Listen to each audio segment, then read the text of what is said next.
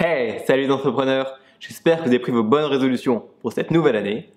Alors cette année, je vais me coucher plus tôt, on va faire plus de sport et on va mieux manger. Et je vais réussir tout ça grâce à la pensée positive. Entre nous, on n'est pas sûr que ça va suffire, la pensée positive.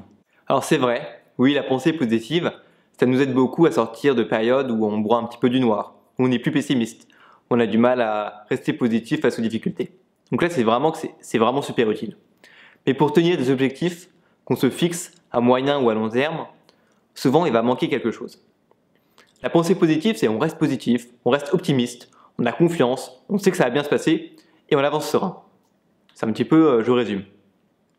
Sauf que quand on se fixe des objectifs, avec la pensée positive, on avance un petit peu comme ça sur le chemin du bonheur.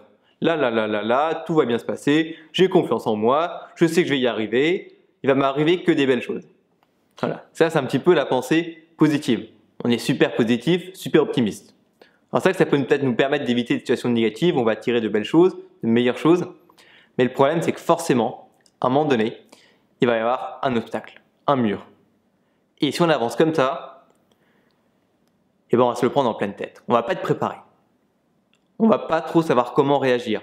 Et ça peut vite remettre tout en question notre psychologie et se dire finalement que ça marche pas et que c'est pas terrible et que il y a un moment donné, on se sent un petit peu dépassé.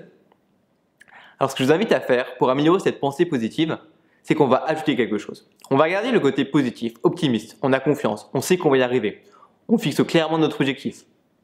Mais en plus de ça, au lieu d'avancer les yeux fermés, on va prendre une longue vue. On va essayer de regarder loin. On va essayer de regarder les difficultés et les obstacles. Donc c'est vrai que c'est un petit peu négatif, mais on va essayer de les regarder et de savoir comment les surmonter. Comment on va pouvoir mettre déjà du positif là-dessus. Par exemple, je sais pas, cette année, j'ai envie de faire plus de sport. Donc je me dis, tiens, allez, cette année, je vais aller 3 fois faire du sport par semaine. Et je vais m'y tenir, c'est mon objectif. Si j'avance en La Land sur le chemin du bonheur, les yeux fermés, ça va peut-être marcher 15 jours, ça va être positif, ça va être très bien. Mais il y a un moment donné, je vais rencontrer un obstacle.